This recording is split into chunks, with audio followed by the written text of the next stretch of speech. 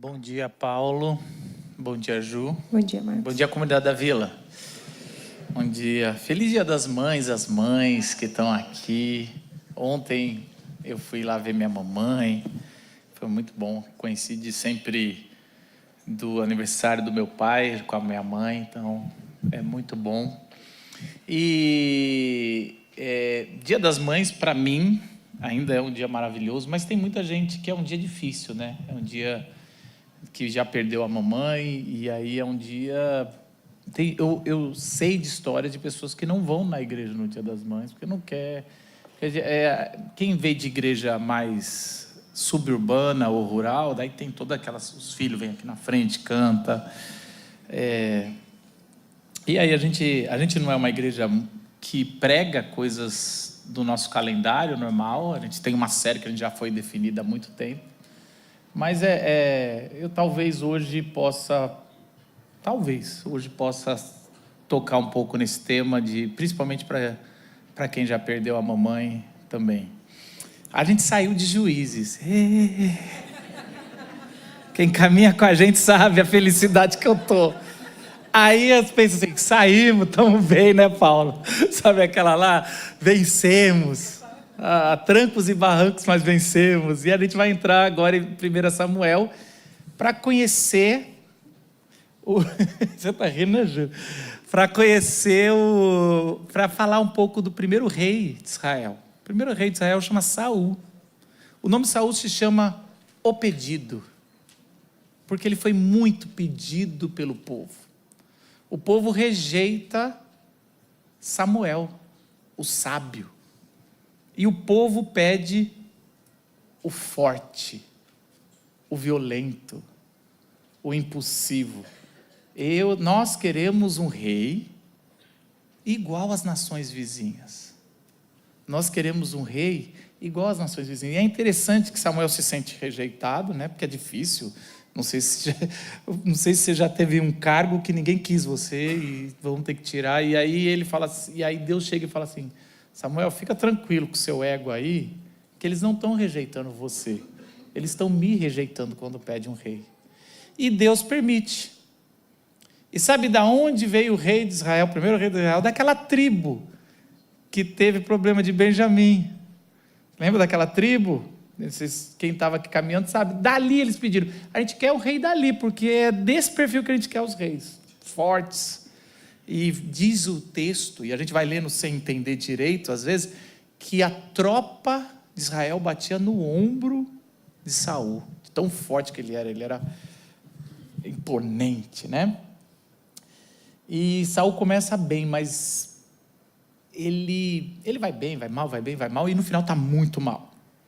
E nossa série, que é só isso mesmo, Decepcionados com o Paraíso, a gente vai num dos episódios mais difíceis de Saul, porque a gente não vai fugir dos textos também, né? A gente está aqui nessa série para trazer os textos e conversar. Mas antes, eu quero fazer uma pergunta para você, Ju, depois para o Paulo, se você quiser, viu, Paulo? Você só participa se você quiser. Você já viveu um momento em que queria voltar no tempo só para dizer algo que não disse na hora certa? Infelizmente, sim. A impulsividade, né, é uma questão difícil. E acho que... eu não sei como é que é. Não, né, Marcos? Você não sabe, não. Por ser uma pessoa impulsiva também, eu tenho vários momentos que você fala, putz, não devia ter falado isso, mas já foi. Como diz o Vitor, é você vendo a palavra ainda e falando, putz, não posso pegar lá de volta. Mas tem um episódio que me marcou com culpa durante muitos anos. Eu devia ter uns 10, 11 anos, e tinha um menino que vinha na minha igreja, eu frequentava uma igreja de bairro, periférica. E esse menino, eu não tinha tanta noção na época, vinha de um lar muito estragado, ele ia sozinho para a igreja, ele ia a pé para a igreja sozinho. E ele me importunava demais, ele me irritava muito. E aí teve um dia que eu virei para ele e falei, você não devia estar aqui. Você não faz nada para você estar aqui. Eu estava com tanta raiva. Naquele mesmo momento, eu já tinha me arrependido de ter falado aquilo. Só que, para piorar para a minha situação, ele nunca mais voltou para a igreja. Claro que meu pai, por ser um presbítero, que cuidava de todas as pessoas, visitava todas as famílias, ficou sabendo disso. E eu recebi uma senhora bronca. Ele me fez ir até a casa do menino, pedir desculpa para ele. Eu pedi, mas ele não voltou para a igreja. Mas Deus é tão bondoso e tão gracioso que a história poderia ter acabado aí. E ela já foi suficiente durante muitos anos para martelar na minha cabeça. E apesar de mim, depois de muitos anos, a gente estava no fim da adolescência já, esse menino encontrou uma galera da minha igreja e pediu para ter um encontro dos adolescentes lá. E eu fui. Chorei o dia inteiro antes de ir, porque aquilo não saiu da minha cabeça, nunca mais. E aí eu fui pedir perdão para ele. E para graça de Deus sobre a minha vida, isso é emocionante para mim, ele não lembrava daquilo. Eu fui pedir perdão e ele falou, Ju, eu não lembro disso. Eu falei, cara, mas eu lembro. Se eu pudesse, eu faria tudo para voltar atrás e não ter falado aquilo para você, porque eu errei. E o Senhor me tratou na minha arrogância há muito tempo. Claro que assim, é criança, mas mesmo assim, eu sabia que aquilo era uma maldade do meu coração. E o Senhor foi bondoso e gracioso, muito misericordioso com a minha vida. E esse menino se converteu, ele estava frequentando uma igreja. Ele não lembrava daquele episódio, mas aquilo me marcou. E se eu pudesse, eu teria voltado atrás e nunca teria falado aquilo.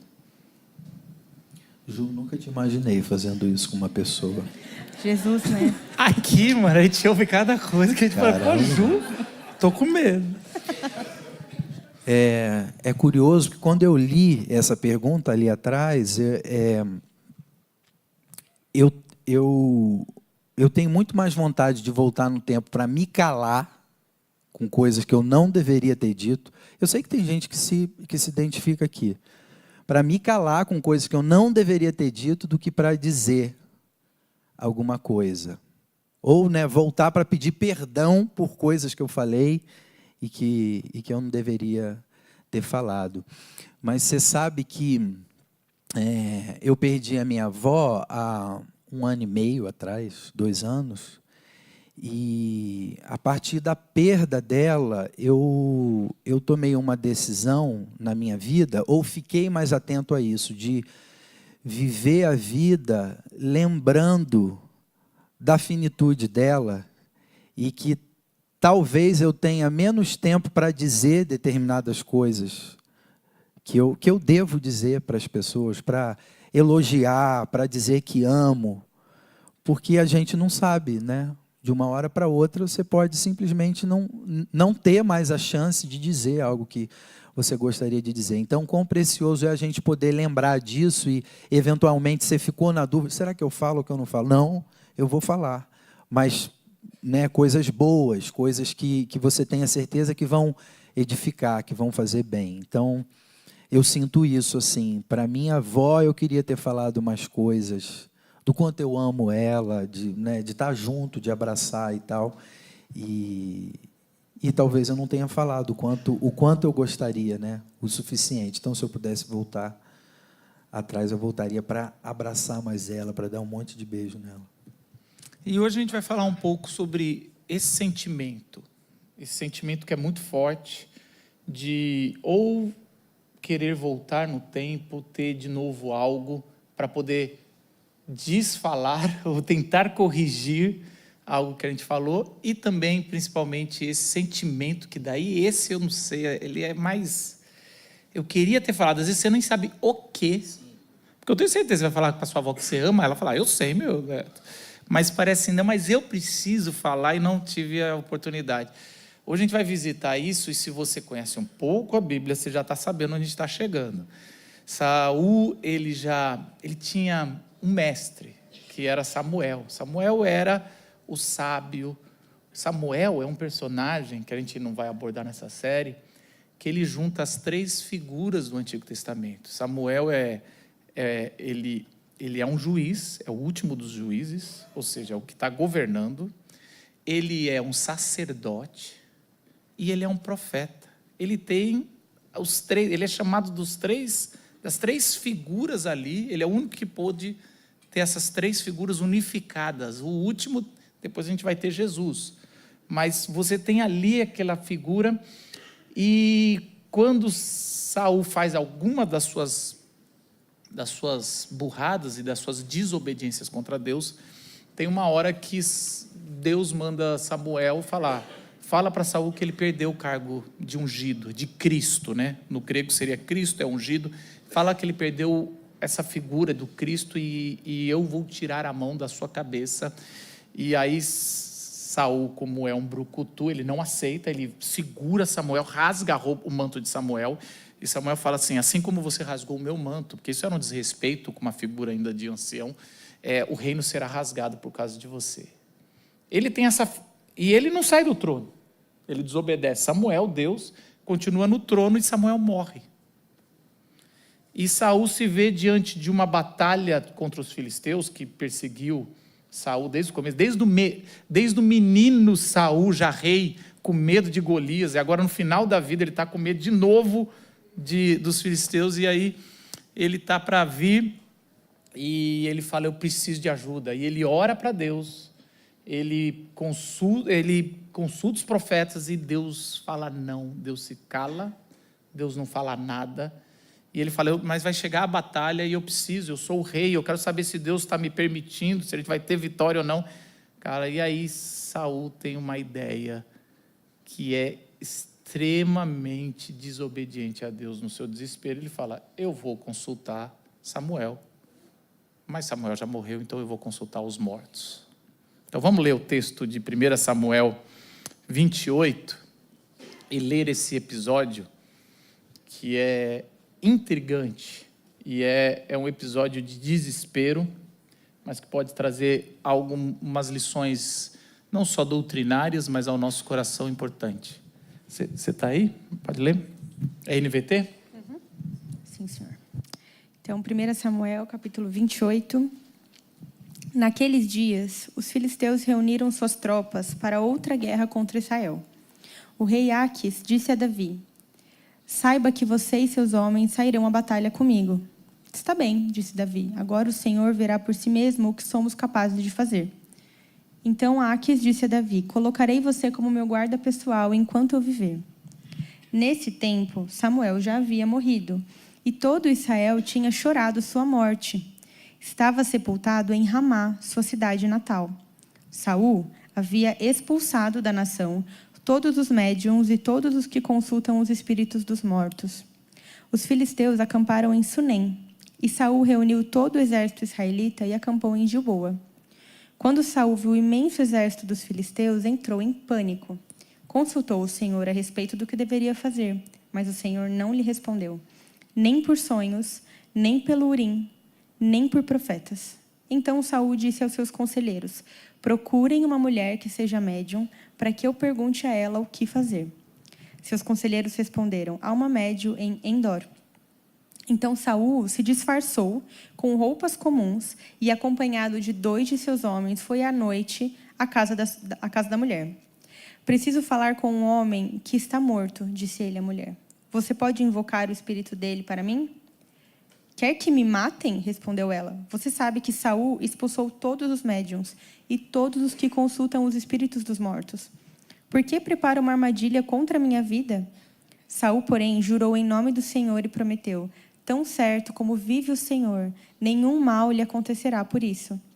Por fim, a mulher disse, de quem é o espírito que devo invocar? De Samuel, respondeu Saul. Quando a mulher viu Samuel, gritou, você me enganou, você é Saul. Não tenha medo, disse o rei. O que você vê? Vejo um Deus subindo da terra, disse a mulher. Qual é a aparência dele? Perguntou Saul. É um ancião envolto num manto, respondeu ela. Saul entendeu que era Samuel e se curvou diante dele com o rosto em terra. Então Samuel perguntou a Saul, por que me perturba chamando-me de volta? Porque estou muito angustiado, respondeu Saul. Os filisteus estão em guerra contra mim.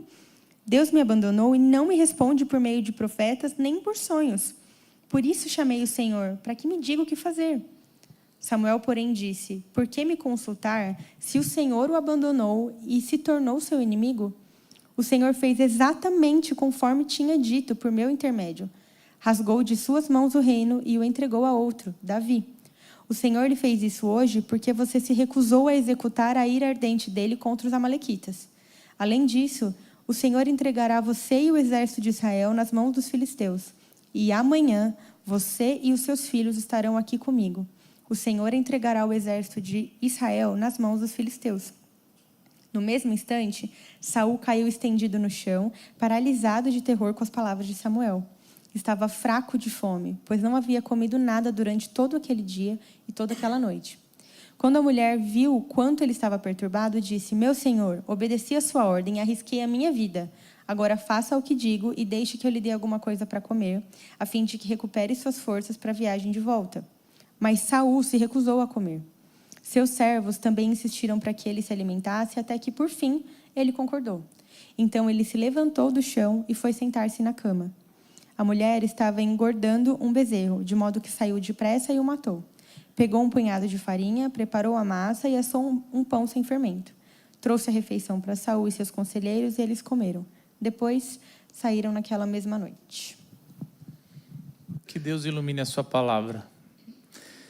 A gente vai ver aqui, nesse final, um rei totalmente vencido pelo seu medo, por não ter direção, por não conseguir suportar o silêncio de Deus. E é interessante porque toda vez que você vai numa desobediência de Saul, é difícil entender. Porque Saul seria um cara muito defendido nas redes sociais hoje. Porque o que Saul está querendo é consultar a Deus para ver se na batalha que eles vão ter, o povo de Deus, eles vão vencer ou não. É uma boa desculpa. Nós temos boas desculpas que vamos nos proteger na hora de desespero. Era muito claro em Israel que não podia um rei fazer o papel de sacerdote. Só os sacerdotes da tribo de Levi, principalmente, eles tinham isso exclusivo, eles não ganharam terras para eles, porque eles eram chamados filhos de Deus, e só eles podiam fazer a intermediação entre Deus e os homens. E um tempo atrás, quando Saul perde o seu direito de reinado, é exatamente porque ele está diante de uma guerra, não consegue esperar Samuel chegar da viagem para fazer o sacrifício e consultar o Senhor, e ele mesmo fala: meus soldados, não se preocupem, eu vou fazer isso e eu vou consultar o Senhor. Quando Samuel chega, e ele fala: olha, você acabou de você acabou de profanar todo o povo, se colocando num lugar que não é teu.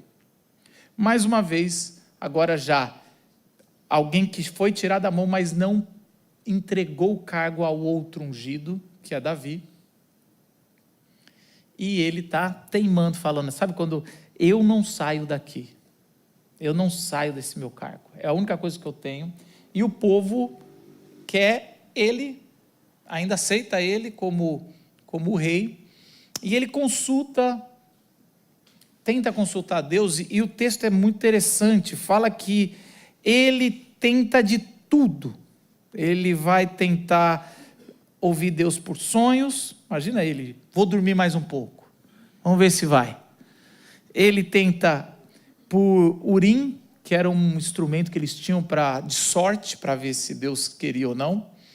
E ele tenta pelos profetas. Ele tenta por todo mundo, já que ele não tinha mais o sacerdote ali, já que ele não tinha mais o sábio do rei, ele tenta por tudo. E o silêncio de Deus não é ausência. O silêncio de Deus é consequência do não. É como Deus falou: eu não abro mais a porta para você, eu vou abrir para o rei legítimo. E ele agora está insistindo. E ele não está não ouvindo Deus porque Deus decidiu não falar. Porque Deus já tinha falado. E a gente sabe disso pela resposta que recebe nesse episódio. Samuel fala: você já ouviu? Por que você está me incomodando? Você já sabe o que aconteceu? Por que você está vindo? E aí ele decide fazer o que não podia ter feito. O texto diz, é bem claro, Saul começou tão bem que ele falou, ele seguiu as regras da Torá, dos 5 primeiros livros: expulsem todos os necromantes, expulsem todos que consultam os mortos, porque no reino de Deus, no povo de Deus, não vai ter Isso é extremamente proibido. Sempre que vocês forem consultar o além, devem consultar o Senhor vivo, o Deus de Israel. Não consulte outros. E aí ele pergunta, achem alguém que vai consultar os mortos. Eu vou atrás de Samuel. E as pessoas falam, mas não tem mais ninguém, você expulsou todo mundo. Apesar que a ordem que tinha na Torá, em Levítico, é matem todos. Não deixa, para não ter tentação. Mas ele falou, não, a gente achou alguém no norte. E ele tira o manto real, e isso é muito importante você entender. Quando Deus e Samuel mandam ele tirar o manto real para entregar o cargo, ele não faz, mas agora ele tira para consultar, para ir disfarçado e consultar os mortos. O texto deixa isso claro, ele faz essa viagem, à noite ele chega lá, e ele em desespero, disfarçado, pede para a mulher fazer. A mulher, ela fala, você está querendo armar uma armadilha para mim? Eu vou morrer se eu fizer isso. Eu já parei. É como se a mulher falasse, eu já não faço mais esse tipo de serviço. Não, faz para a gente. Faz porque eu preciso. E aí, isso é muito louco. Ela faz. Aí ele jura por. A gente já viu quem jura errado sem consultar o Senhor. Aqui é pior. Ele é diferente de Josué. Ele jura por Deus que não vai fazer nada por ela fazer algo extremamente proibido. Ele está jurando por Deus porque eu não vou cumprir o que a Torá mandou, que a Bíblia mandou eu fazer para você, se você fizer. E aí ela faz, e quando ela vê, não sei como isso acontece, eu não tenho passado disso, ela toma um susto. Você imagina, que tipo de consultora dos mortos é essa? Quando aparece, ai meu Deus do céu! Falei, eu morro de medo dessas coisas. Eu tive que me preparar para fazer essa mensagem. Porque assim, se eu que estou com medo do que vai vir, a mulher que está chamando morre de medo, é o Samuel. E aí ela fala, se é Samuel, só tem um cara que ia querer falar com ele. Você é Saul. Você me enganou. Eu falei, mas que coisa, né? Era muito comum, e isso a gente vai falar um pouco, a gente fala no nosso podcast, que é a Cozinha da Mensagem, fica a dica aí para amanhã. Era muito comum esse povo ser chamado, que consulta os mortos, de ventrílocos. Porque vinha vozes e a boca deles não mexe, e enganadores. Porque muitas vezes eu imagino que não vem ninguém, eles estão... Oi, tudo bem? Estou deixando o clima mais leve aqui. E aí, esse texto, quando foi ser traduzido para o grego, no primeiro texto, 200 anos antes de Cristo, chamado Septuaginta, ele foi traduzido com um termo, já pelos helênicos, muitos séculos depois, e a mulher era uma ventríloca. E é engraçado que ela chama Saul de enganador. Ou seja, pensa nos caras que eram considerados picaretas, chamando o outro de, você é um enganador.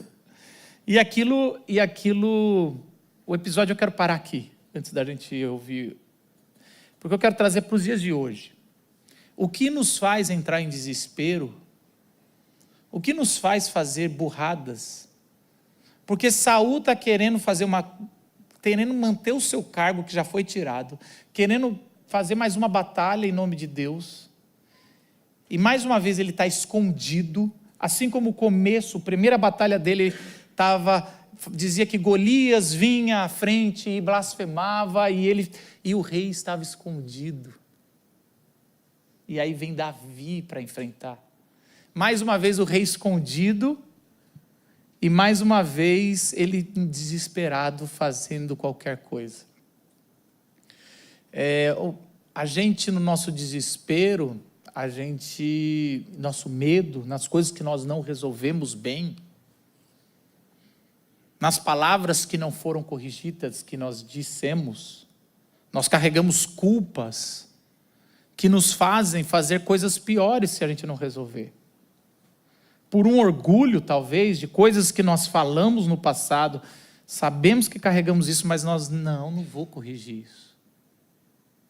Não vou pedir desculpa.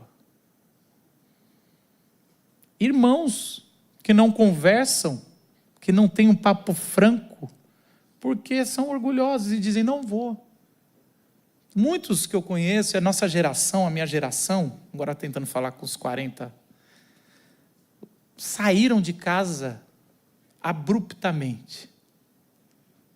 Muitos não tiveram a chance de ter bons pais, boas mães, e saiu de casa, era o jeito o único jeito, deixar para trás e sai e faz loucuras, e nunca voltou para ver o lado bom, o lado ruim, vamos pôr aqui.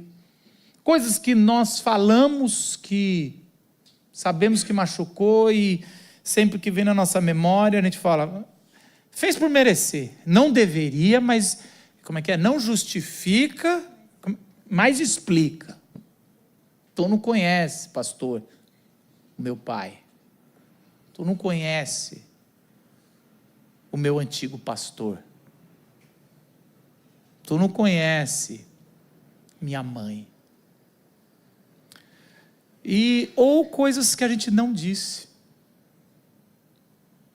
E coisas que a gente não disse é mais cruel, Paulo, porque assim, por que eu não disse? Porque não me ensinaram a dizer. Não me ensinaram a dizer. A gente podia justificar Saul, não ensinaram Saul a dizer, Samuel, me perdoa, eu sou impulsivo, eu vim de uma tribo impulsiva, me escolheram por isso. Me escolheram porque eu sou violento, e como é que eu vou ensinar a não ser violento? Me escolheram porque eu sou mais forte, minha palavra é a última. Não me ensinaram a pedir desculpa. Não me ensinaram a falar, eu te amo.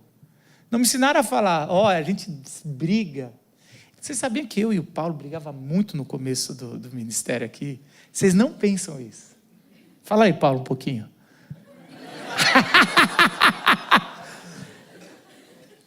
Eu te amo. Fala do meu papo sexta-feira que eu falei para você, da minha frustração com você. Sexta-feira agora a gente teve um encontro muito legal, né, entre os pastores. E o Marcos ele estava falando para os pastores só um pouquinho, tá? Leve. De um momento que ele dizia, gente, vamos fazer determinada coisa, vamos seguir nessa direção. E eu falava, não, mas espera aí, não vamos não nessa direção. Vamos fazer tal coisa, vamos dar tal aviso. Eu falei, não, é melhor não dar esse aviso não e tal. E o Marcos falou, o Paulo não me respeita.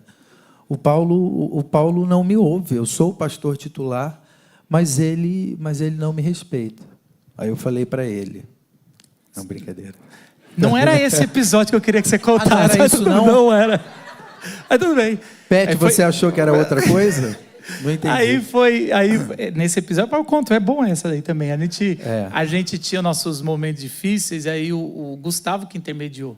O Gustavo intermediou. Mas eu falei, não, ele te respeita. Aí ele falou para o Marcos. Ele falou, só não Paulo consegue tem concordar. Problema, Marcos. O que eu estava querendo que você falasse, que você cedo falou, era assim, o meu anseio quando eu que eu fui trabalhar com o Paulo aqui, em 2015, era, Paulo vai frequentar minha casa, a gente vai ser amigo. Gente, era bem melhor, Paulo, a história. A gente vai ser amigo, os nossos filhos nasceram praticamente nas mesmas datas, a gente vai... E eu demorei... Vamos viajar juntos. Vamos viajar, sei lá. E o Paulo, ele nunca foi na minha casa, é difícil. Mentira. Não, deixa eu dar aquela exagerada agora. Agora sou eu. Tá vendo como você não me respeita? E eu demorei uns 8 anos para entender. Cara, o Paulo gosta de ficar sozinho. Eu lembro da alegria do Paulo na pandemia. Assim, ele estava triste pelas mortes. Sim, claro. Mas tão alegre de ter ficar o dia todo em casa e trancado. E o máximo é um online. E assim, demorou para eu entender e eu dizer para ele, cara, tu é um dos meus melhores amigos à distância. E mesmo a gente trabalhando juntos. E essa verbalização de um carinho, da gente se falar pelo outro, demora. Por que a gente não fala mais? Por que o Paulo não falava antes? Marcos, e foi esse problema que ele trouxe, resolveu quando ele falou, cara, você é o meu líder. Só que, cara, eu tenho dificuldade nisso, e eu falo, eu também. E quando você começa a repetir as coisas, eu já estouro, e a gente está junto. E a gente tem umas brigas bem tranquilas, assim, no sentido de que eu vou para um lado, a gente não grita com o outro. Raras vezes. Raras. E hoje, cara, graças a Deus, com os diagnósticos nossos, né? A gente já sabe os botões que não deve apertar. Mas como é importante falar. Falar. Eu tenho descoberto a autofala. Desde o começo do ano. E eu aqui, ó, chorando. Eu tenho descoberto que eu preciso andar todo dia por 1 hora e falar comigo mesmo. E eu pensava que isso era loucura, isso é coisa de doido, né? A autofala. Aí o meu terapeuta, que eu voltei à terapia, graças a Deus, ele falou assim, Marcos, isso é a terapia. É eu te estimular para você falar e você se ouvir, você elaborar. E eu falo, cara, parece que depois de 20 minutos que eu estou caminhando e falando comigo, e eu finjo que eu estou falando, eu boto, você só finge, porque é meio doido lá no condomínio, o pessoal, não, os caras falam aqui sozinho. E aí eu estou falando, às vezes eu estou dando palestra, é doido. Eu fui assim, às vezes eu estou... Procurei até no ChatGPT, quão é doido falar sozinho. Aí o ChatGPT me respondeu, se você tem noção que você está falando sozinho, está tranquilo. Se você está vendo alguém, aí se procure um médico. Eu estou tranquilo, eu sei que eu estou sozinho. E a autofala é um jeito que depois de 20 minutos as caixinhas se acomodam. E minha mente, eu fico extremamente produtivo, mas eu fico extremamente emocionalmente equilibrado. Recomendo muitas pessoas, talvez você precise, e eu antes malhava, já sabia a importância de ter exercício, mas eu ia para um lugar onde ficava aquela música alto, competição na tela, quantas calorias, e eu sou competitivo, eu adorava, eu sempre era o que mais ia gastar. Era bom para o corpo, era horrível para a mente. Tudo isso para a gente falar que se a gente não está emocionalmente ancorado nas coisas de Deus, em quem nós somos em Deus, em quem nós somos no nosso cônjuge, em quem nós somos como os pais, em quem nós somos como filhos, em quem nós somos como o nosso cargo, como Saul não era mais o rei, entenda isso. Nós entramos em desespero. E ele consulta os mortos. E aí a minha pergunta para você... E era claro, talvez eu vou ler aqui, Deuteronômio 18, 12, diz assim, que ninguém consulte os espíritos ou invoque os mortos. O Senhor tem repulsa por quem pratique essas coisas. Essa mensagem aqui não é doutrinária, apenas. Então deixa eu só falar uma coisa doutrinária. A palavra de Deus proíbe consultar os mortos. Seria muito simples, e como tem sido na maioria das vezes que a gente vê nesse texto, ficar ao longo da história da igreja, se discute se era Samuel ou não. Se é uma mulher enganando ou se é Samuel. Se você quer saber essa resposta, cozinha da mensagem. Não vou gastar. Porque eu acho que esse não é o problema principal. Esse é um problema doutrinário, mas não é o problema principal. O problema principal aqui é por que no desespero nós fazemos coisas que desagradam a Deus e várias vezes nós usamos Deus para fazer coisas que desagradam a Deus. E dias como hoje, se você não tem alguém que se ama por perto, ou o Dia dos Pais, ou qualquer data de comemoração de morte de alguém que se amava, ou o primeiro Natal, a gente entra em desespero. E é legítimo. Eu quero dizer uma coisa para te tirar o peso. Eu preciso te dizer isso. É legítima a vontade de você querer ouvir mais uma vez quem você perdeu. Mesmo que se a doutrina está aqui é para falar, não faça, mas é legítimo. Você fala, só queria uma voz. E pessoas usam isso para te levar ao desespero. O espírito dessa pessoa ainda está preso e precisa de uma palavra sua. Não tem isso. Na nossa fé cristã não tem isso. Como é que foi a sua experiência, Ju, com consulta aos mortos? Essa é a segunda pergunta. Vocês acharam que a primeira é difícil? Como é que você foi introduzido a esse assunto? Porque você é de família cristã. Sabe, Marcos, enquanto você falava agora, assim, graças a Deus, eu não tive uma experiência de entrar de consultar os mortos, né, gente? Mas, assim, o meu avô, isso o Paulo já sabe, que eu já compartilhei com ele, o meu avô era um poeta, um compositor, e ele trabalhava revisando textos.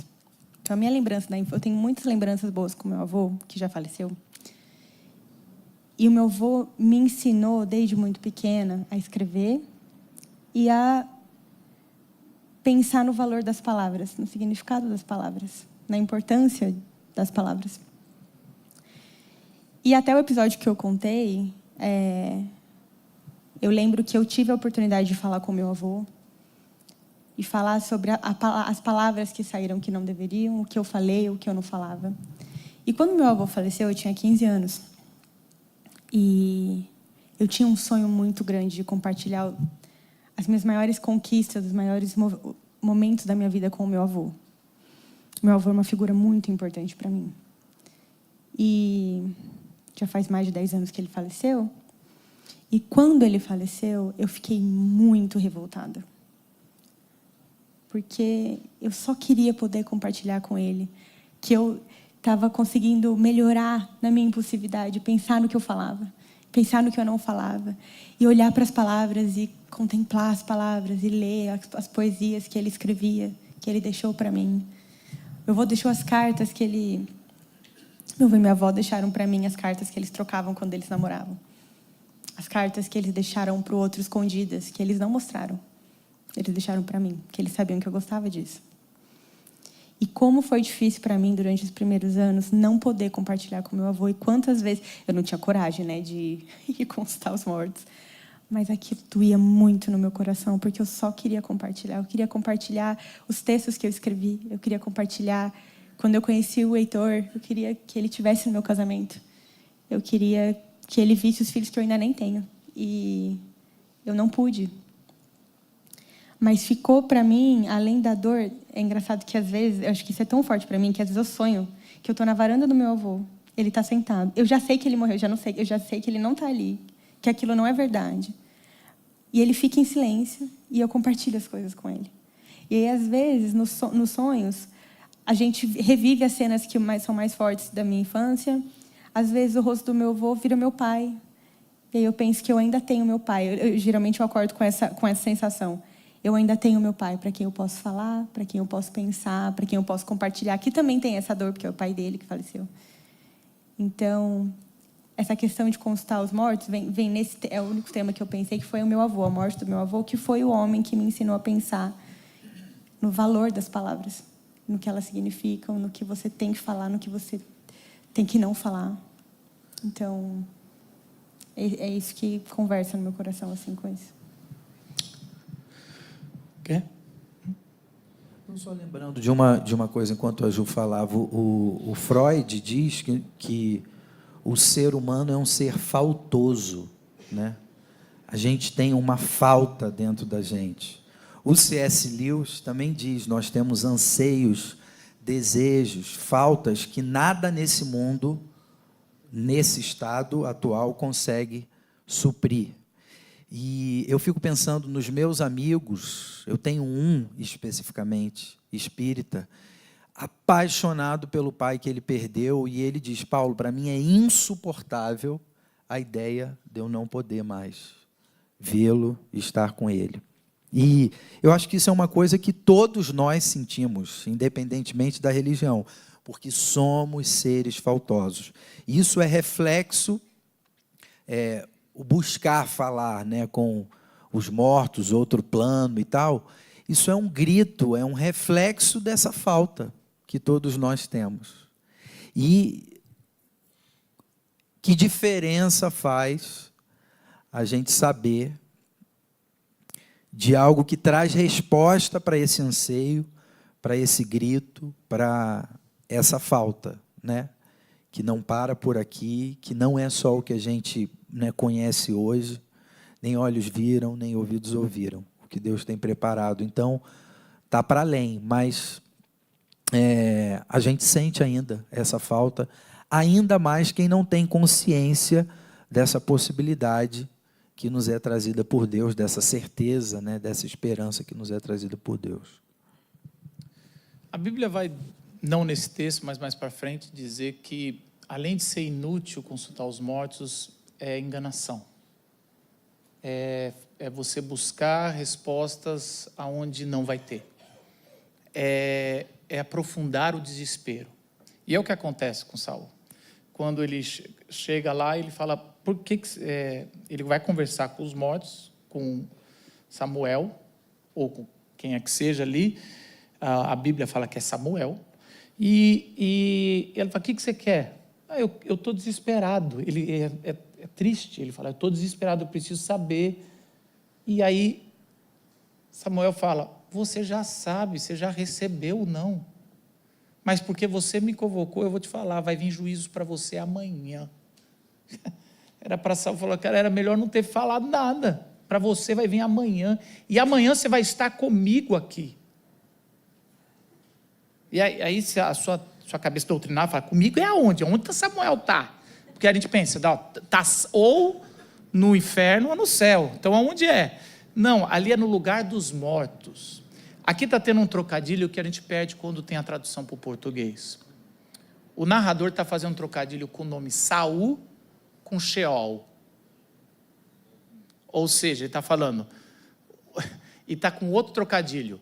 O cara que o nome é pedido, está pedindo uma ajuda no lugar que rima com pedido, que é Sheol, lugar dos mortos. Entendeu ou não? É um negócio... O narrador está assim, para quem está lendo no original, está... Nossa, que coisa! O cara que o nome é pedido, está pedindo uma consulta e não está recebendo. Está pedindo de Deus uma resposta e não está tendo silêncio. E o cara que chama pedido, está indo até o lugar dos mortos. E você, pedido, vai estar no pedido. É difícil, mas é isso. E outra coisa que o narrador está mostrando, de forma sutil, tem dois personagens nessa história. A mulher que consulta os mortos e Saul. A mulher que consulta os mortos é a única que cita a Bíblia. Ela fala, não devo fazer isso porque Deus proibiu. A mulher que consulta os mortos é a única que alimenta o rei e começa a cuidar que nem uma mãe. E há um paralelo aqui, que enquanto Saul está consultando os mortos, Davi começa a consultar a Deus para poder fazer a sua batalha, e aqui está sendo passado o bastão claramente, dizendo, vocês têm alguma dúvida de quem deve liderar o povo de Deus? Davi é segundo o coração de Deus, e ele está fazendo isso, e tem Abigail que vai alimentar Davi no desespero, e são duas figuras que estão sendo colocadas aqui como a figura, e não, é muito comum isso, né? É muito interessante, Balaão com a mula é a única que ouve Deus ali, e o profeta lá não está tendo discernimento, e aqui Saul não tem discernimento, e a mulher que deveria ser chamada, essa mulher é do mal, ela está citando a Bíblia, está sabendo o que é correto, e está falando, e Saul está querendo, eu quero que morra, vem cá, cara, deixa eu te dar uma comida, deixa eu te matar um bezerro gordo, deixa eu te colocar em pé para você ter dignidade, tratando um rei como deveria ser, mesmo ele tendo tirado o seu manto. Essa é a história que vai trazer um pouco sobre, não façam isso, não caem no desespero, não obedeçam. O que a gente pode aprender é que a vida é curta demais para guardar culpa, silêncio e orgulho. O que precisa ser dito, seja dito hoje. O que precisa ser resolvido, seja resolvido em vida entre os vivos. A vida é um presente e ela tem que ser usada enquanto a gente tem tempo.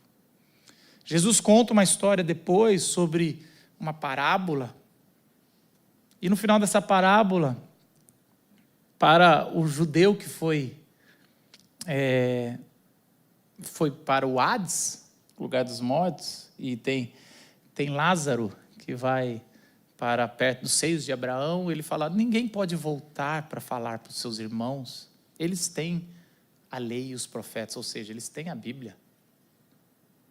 Não adianta, de nada adiantará. E a gente tem essa convocação nossa. Acerte sua vida enquanto ainda é dia. Peça perdão enquanto há tempo. Não viva disfarçado, nem na sombra da noite. O problema é, Marcos, eu entendi, essa é a lei de Deus. Mas eu, Marcos Botelho, tenho meu pai e minha mãe, por enquanto. Meu pai ontem fez 78 anos. E meu pai, quem conhece, é daqueles caras que fala assim, vem, o convite do aniversário do meu pai ontem foi assim, vem que eu acho que vai ser o último. É assim que meu pai já trabalha. E aí ele manda um link de um piano elétrico e fala, e me dê um bom presente, que eu não sei o que vai ser, me alegre. Ele usa a culpa para ganhar um bom presente. A gente vai dar. Os irmãos já se juntaram para isso. Minha mãe já, a sábia, né? Fez uma cirurgia no joelho há 2 semanas atrás, não está podendo andar. Cortezão, ela está assim. Eu falei, mãe, como é que você está? Só cinza, filho. De vez em quando ela... a tristeza toma conta dela. Tenho visitado ela na terceira idade. E quando a gente vem para esses momentos de que palavras que não foram ditas, ou palavras que foram ditas e não deveriam, mesmo a gente sabendo da doutrina, a doutrina não resolve coração. Esse é o problema, a doutrina não resolve coração. O que resolve coração é o Espírito Santo de Deus, que acalma, que traz. E a gente não precisa entender, a gente só precisa sentir no colo de Deus. Tem coisas que vocês não vão entender.